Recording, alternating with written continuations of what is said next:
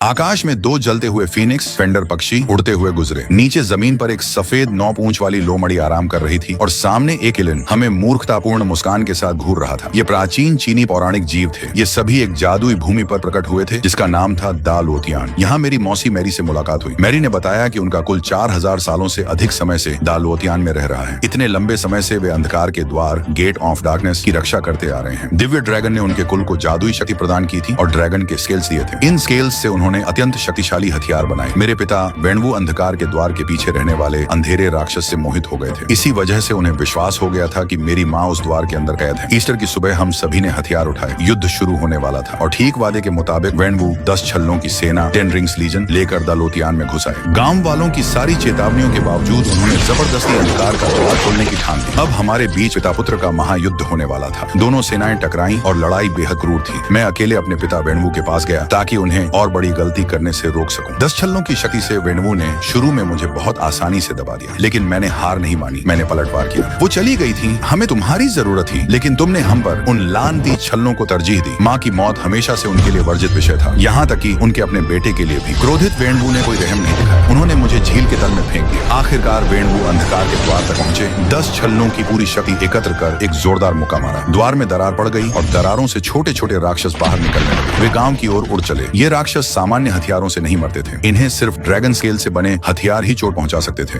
ये राक्षस चुराई हुई आत्माओं को द्वार के पीछे वाले राक्षस तक पहुंचाते थे ताकि वह फिर से शक्ति प्राप्त कर सके। जब वह राक्षस पूरी तरह शक्तिशाली हो जाएगा तो द्वार तोड़कर बाहर आ जाएगा। तब तक वेणवु पूरी तरह पागल हो चुके थे और अधिक राक्षस बाहर निकल रहे थे। लेकिन ठीक उसी पल झील के अंदर मुझे अचानक माँ की शक्ति का एहसास हुआ और मैंने महान रक्षक ड्रैगन को देखा। फिर मैं दिव्य ड्रैगन पर सवार होकर आकाश में उड़ा और तुरंत युद्ध क्षेत्र में वापस लौट आया। मेरा एक ही लक्ष्य था, जितनी जल्दी हो सके अपने पिता को रोकना। वो वहाँ नहीं है पापा, अपना रास्ता खुद चुन बेटा। नहीं, हम फिर लड़े। इस बार मैंने ड्रैगन की शक्ति पूरी तरह आत्मसात कर ली थी। मैंने वे 5 छल्ले वापस छीन लिए जो पिता ने मुझ पर हमला करते वक्त इस्तेमाल किए थे और उन्हें अपना हथियार बना लिया। लड़ाई का रुख पलट गया। वेणवु धीरे धीरे दबाव में आते गए। थोड़ी ही देर में बाकी के 5 छल्ले भी मेरे हाथ में थे, लेकिन मैंने जानबूझकर सभी 10 छल्लों को छोड़ दिया। उम्मीद थी कि पिता अभी भी समय रहते सुधर जाएंगे, लेकिन ठीक उसी क्षण अंधेरे का राक्षस जाग उठा। उसने द्वार पूरी तरह तोड़ दिया। उस विशालकाय राक्षस को देखकर आखिरकार वेणवु को समझ आया कि वे कितनी बड़ी गलती कर बैठे थे।